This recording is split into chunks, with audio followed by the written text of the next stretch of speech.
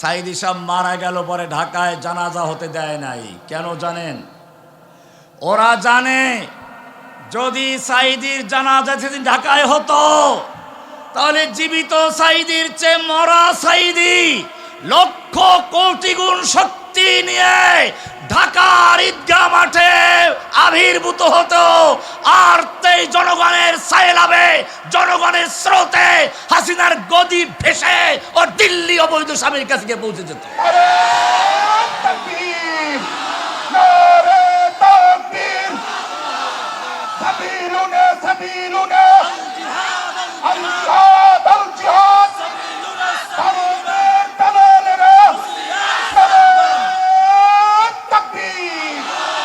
সূরা আলে ইমরান 3 নম্বর সূরার 18 নম্বর আয়াত আল্লাহ তাআলা বলছেন, শাহিদাল্লাহু আন্নাহু লা ইলাহা ইল্লাহু ওয়াল মালাইকাতু ওয়া উলুল ইলমি কায়িমান বিল কিসত লা ইলাহা ইল্লাহু ওয়াল আজিজুল হাকীম।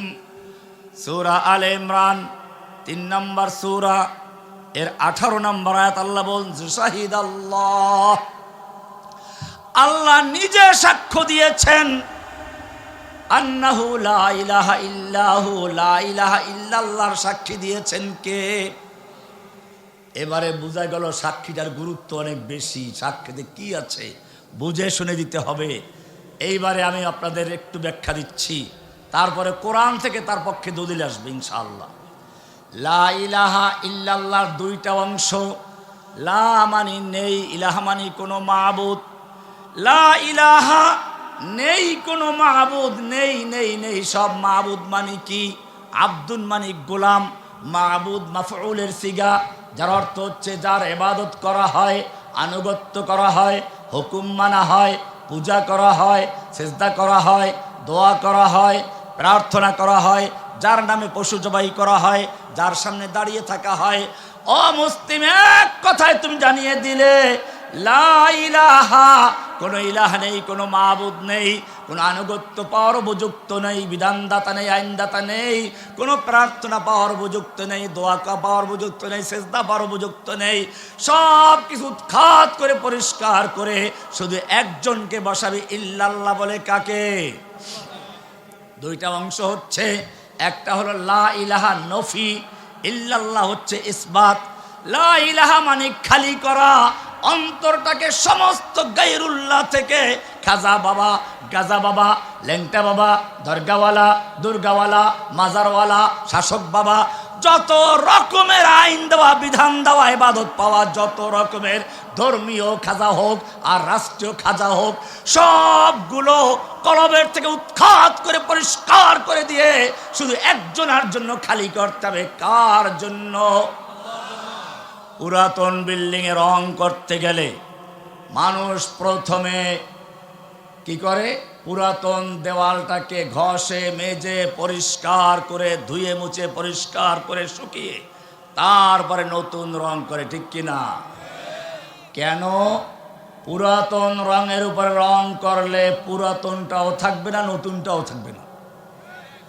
সেই জন্য পুরাতন বিল্ডিং এ রং করতে গেলে আগে সমস্ত পুরাতন রং ঘষে মেজে ধুয়ে মুছে পরিষ্কার করে নতুন রং করতে হয়। ঠিক তেমনি ভাবে লা ইলাহা ইল্লাল্লাহর মধ্যে প্রথম অংশ লা ইলাহা বলে সমস্ত গায়রুল্লাহকে উৎখাত করে দিয়ে পরিষ্কার পরিচ্ছন্ন করে দিয়ে এরপরে শুধুমাত্র একটা রং, একটা কালার, এক ব্যক্তি, এক সত্তা, এক মহান ব্যক্তিকে বসানো হচ্ছে। তিনি কে? লা ইলাহা। এইবারে তাহলে এক এক করে আমি দেখাচ্ছি, তুমি মানো কিনা। লা ইলাহার সাক্ষ্য তুমি বুঝে শুনে দিয়েছো কিনা একটু ঝলক আসবে সামনে। কোরআন বলছে লা ইলাহা মানে কোনো ক্ষমতার মালিক নেই, ইল্লাল্লাহ মানে সব ক্ষমতার মালিক কে? লা ইলাহা বলে তুমি সমস্ত ক্ষমতার মালিকদের উৎখাত করে দিয়েছো। ফেরাউনও ক্ষমতার দাবি করেছিল। ফেরাউন বলেছিল আনা রব্বুকুমুল আলা, আমি শুধু রব নই, প্রধান রব, মুখ্য রব। কে বলেছিল? ফেরাউন আরো বলেছিল মা আলিমতু মিন ইলাহিন গায়রি, আমি ছাড়া তোমাদের আর কোনো আল্লাহ আছে বলে আমার জানা নেই। এরপরে শুধু এ পর্যন্তই শেষ করে নাই, সে সামনে বলল লা ইন ইত্তাখাযতা ইলাহান গায়রি, যদি আমাকে বাদ দিয়ে অন্য কোনো আল্লাহর ইবাদত করো, অন্য কোনো আল্লাহর হুকুম মানো, লা আজআলান্নাকা মিনাল মাসজুনিন, সোজা তোমাদেরকে জেলে ঢুকিয়ে দিব। বোঝা গেল ফেরাউনদের যুগে যুগে চরিত্র একটাই, যদি তার হুকুম না মানা হয় কোথায় ঢুকিয়ে দেয়। জ্বলন্ত প্রমাণ, যে কথা বলছে সে নিজে। একটু পরে আমি বলবো সামনে ইনশাআল্লাহ। লা ইলাহার মানে হচ্ছে, যদি তুমি সত্যিকার লা ইলাহা ইল্লাল্লাহ বুঝে শুনে সাক্ষী দিয়ে থাকো, তাহলে এবারে শুনে নাও কোরআন থেকে লা ইলাহার ব্যাখ্যা নাও, এক এক করে দিচ্ছি তোমাকে। লা ইলাহার মানে হচ্ছে লা ইলাহা, কোনো ক্ষমতার মালিক নেই, সব উৎখাত করে দিয়ে একজনকে তুমি বানিয়েছো ইল্লাল্লাহ, ক্ষমতার মালিককে। এবার এটার ব্যাখ্যা সূরা আলে ইমরান থেকে নিব।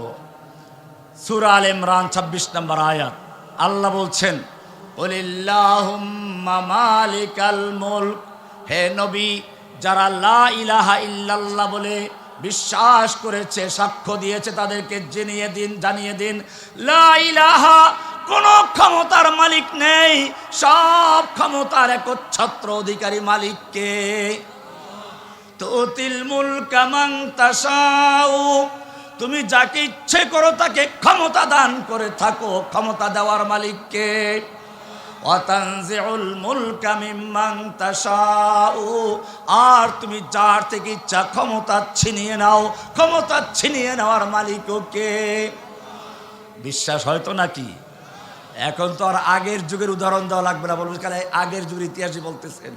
বর্তমান যুগে দেখেন নাই, মুরগি রোস্ট করে, খাসি ভুনা করে, গরুর কালা ভুনা করে খাওয়ার জন্য প্রস্তুত। যেই লোকটা রমজান মাস আসলে শয়তানের মতো মাথা খারাপ হয়ে যায়, কেমনে খেজুর বাদ দিয়ে বড়ই দিয়ে ইফতার করাবে, কেমনে বেগুনির পরিবর্তে মিষ্টি আলু দিয়ে বেগুনি বানাবে।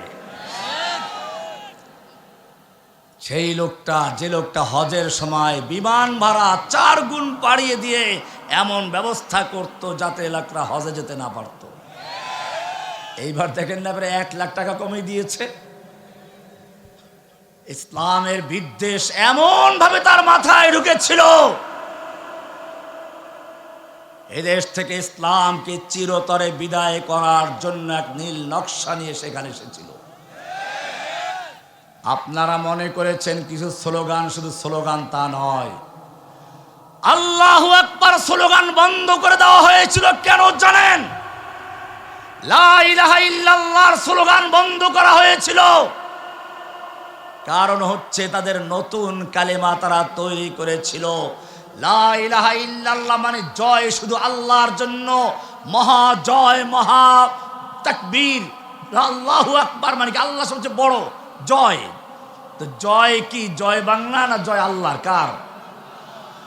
আল্লাহর জয় বন্ধ করে দিয়ে, আল্লাহু আকবার বন্ধ করে দিয়ে, লা ইলাহা ইল্লাল্লাহর কালেমার প্রথম অংশ বন্ধ করে তার পরিবর্তে নতুন কালেমা তৈরি করেছিল জয় বাংলা।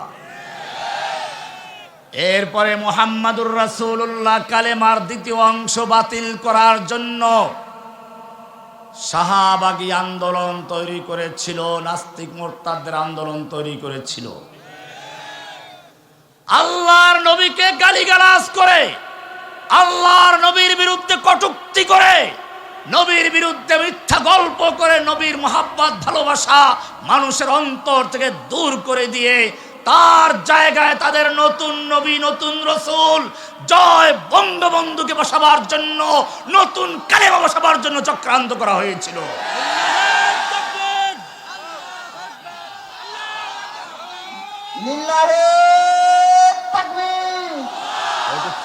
আমার নেতা, তোমার নেতা, বিশ্ব নবী মুস্তাফা।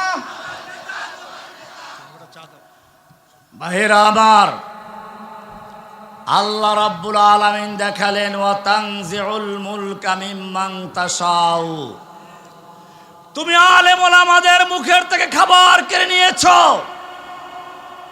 তাদেরকে কারাবন্দি করে পোকা খাইয়েছো, আর তুমি মুরগি খাইবা।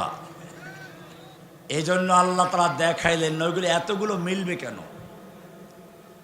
যে লোকটা এত কিছু করতো বলতো পালায় না, আল্লাহ রাব্বুল আলামিন দেখিয়ে দিলেন সূরা আলে ইমরান 26 নম্বর আয়াত, ওয়াতানজিউল মুলকা মিম্মান তাশাউ। তোর ভুনা করা রান্না করা মুরগি আর গরু খাসি পোলাও মুরগি রেখে খাবার রেখে তোর থেকে ক্ষমতা ছিনিয়ে নেওয়ার মতো একজন আছেন। তোকে শুধু ক্ষমতা ছিনিয়ে নেওয়া হবে না, তুই অহংকার করে বলেছিলি পালায় না, সেজন্য তোকে বাংলাদেশের কারাগারে স্থান দেওয়া হবে না। বাংলার থেকে পালিয়ে তোকে তোর সেই অবৈধ তুই যার যৌন দাসী তার কাছে তোকে পালাতে যেতে হবে।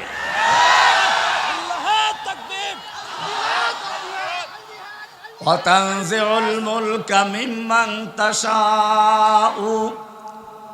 ও রব্বুল আলামিন, তুমি যার থেকে ইচ্ছা ক্ষমতা ছিনিয়ে নাও। ক্ষমতা ছিনিয়ে নেওয়ার মালিক কে? ওলামায়ে কেরামদের মাহফিল করতে দেওয়া হতো না, সামনের থেকে মাইক কেড়ে নেওয়া হতো, মসজিদের মেম্বারে ইমামদেরকে অপমান করা হতো।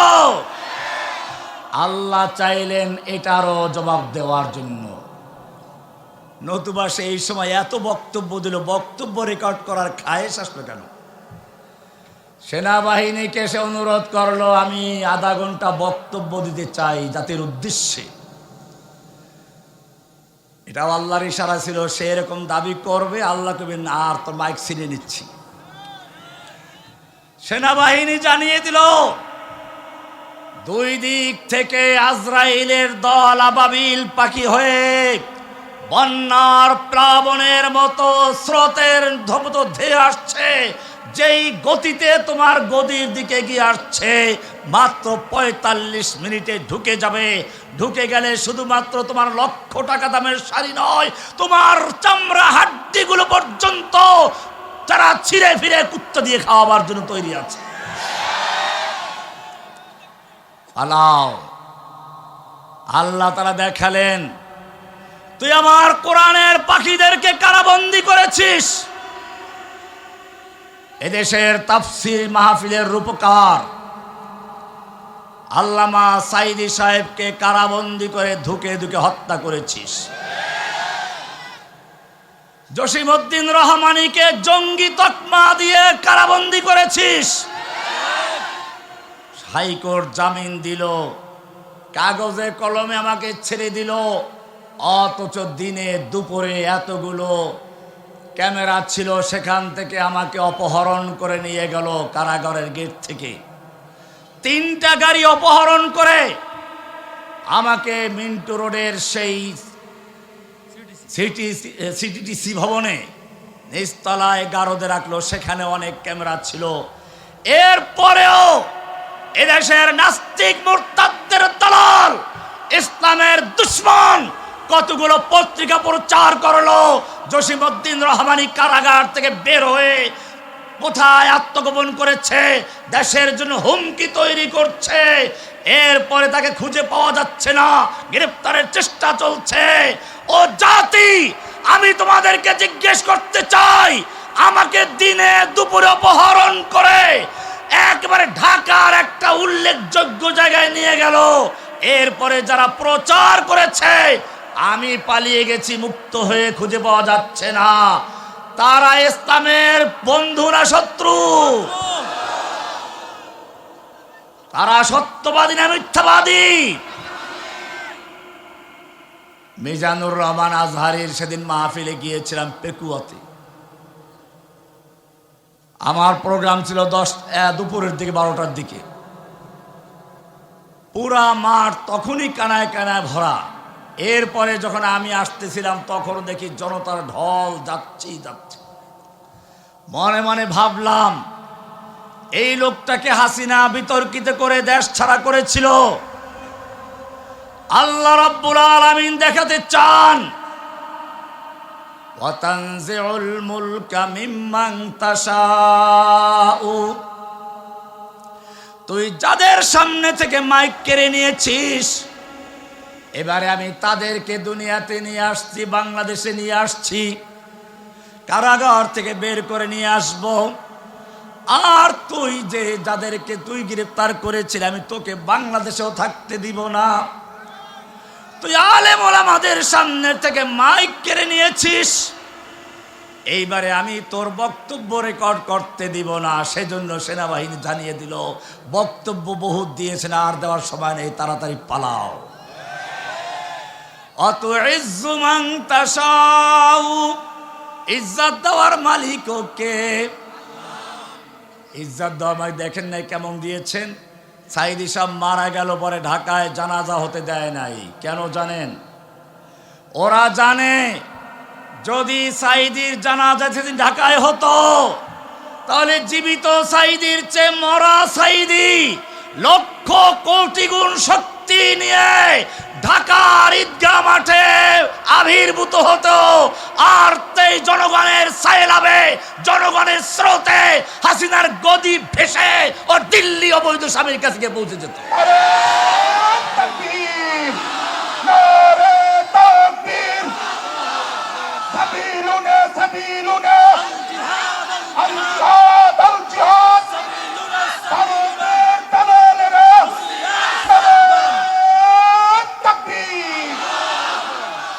আমাকে বন্দি করে রাখা হয়েছিল, সারা দুনিয়ায় আমাকে জঙ্গিবাদী নামে আখ্যায়িত করলো, প্রচার করলো। আমি এই জনতার সমুদ্রে স্পষ্ট বলতে চাই, বাংলাদেশে আনসারুল্লাহ বাংলা টিম নামে কোন দল আছে বলে আমার জানা ছিল না, আমি জানতামই না। আমি এখনো বিশ্বাস করি বাংলাদেশের তাওহীদি জনতাকে বিশ্বের বুকে জঙ্গি বানাবার জন্য, উগ্র হিসেবে প্রচার করার জন্য একটা জঙ্গি নাটক তৈরি করা হয়েছিল, যার রূপকার ছিল শেখ হাসিনা। আর তার প্রচার মাধ্যম ছিল প্রথম আলো, ডেইলি স্টার, কালবেলা, সমকাল ইত্যাদি, ওদের নতুন কতগুলো পত্রিকা। আলেম ওলামাদেরকে, মাদ্রাসার ছাত্রদেরকে বিনা অপরাধে ধরে ধরে কারাগারে ঢুকিয়েছে। উদ্দেশ্য ছিল আমাদেরকে অপমান করা। মামুনুল হক সাহেবকে কি মামলা দিয়েছিল আপনারা জানেন? উদ্দেশ্য ছিল জনগণ থেকে বিচ্ছিন্ন করা। হেফাজতে ইসলামের অনেক নেতার নামে দুর্নীতির মামলা তৈরি করা হয়েছিল, আমাকে দেখানো হয়েছিল যে সবগুলো নিয়ে আসব। আমি মনে মনে ভাবলাম তোমাদের সময় হয়তো আর বেশি দিন নেই। চিংড়ি মাছ যখন পচা শুরু করে তার মাথা আগে পচে। চিংড়ি মাছ সামনে যখন পানিতে ভাসে তখন সামনে সাঁতার কাটে, আস্তে আস্তে যায়। আর যদি সামনে বাধা পড়ে এক ধাক্কায় পিছনে অনেক দূর চলে যায়। 5 মিনিটে যে পর্যন্ত সামনে আগায়, এক ধাক্কায় 1 সেকেন্ডে তার চেয়ে বেশি চলে যায়। সামনে যা আগায় তার চেয়ে পিছিয়ে আগায় বেশি। কারণ কি জানেন? চিংড়ি মাছের মাথায় পায়খানা ঢুকেছে, পায়খানা। চিংড়ি মাছের মাথায় কি থাকে? মেয়ে লোকেরা ভালো করে বুঝবে এটা। মাথার মগজটা যেখানে, পাশি আর একটা পোটলায় পায়খানা থাকে। ওদের মাথায় পায়খানা ঢুকেছিল। যুগে যুগে যারা আল্লাহর কোরআনের সাথে, আল্লাহর কালামের সাথে চ্যালেঞ্জ করেছে, পাহাড়ের সঙ্গে মাথা দিয়ে ধাক্কা দিলে পাহাড় নয়, মাথা ভেঙে চুরমার হয়ে যায়। যুগে যুগে যারাই আলেমদের সাথে বেয়াদবি করেছে, কোরআনের সঙ্গে বেয়াদবি করেছে, তাদেরকে আল্লাহ রাব্বুল আলামিন কিছুদিন ঢিল দিয়ে তারপরে চূড়ান্ত পর্যায়ে যাওয়ার সুযোগ দেন। এরপরে যখন ধরেন, আল্লাহ বলছেন ইন্না বাতশা রাব্বিকা লাশাদীদ, আল্লাহর ধরা, আল্লাহর পাকড়াও কঠিন পাকড়াও, যার থেকে দুনিয়ার কোনো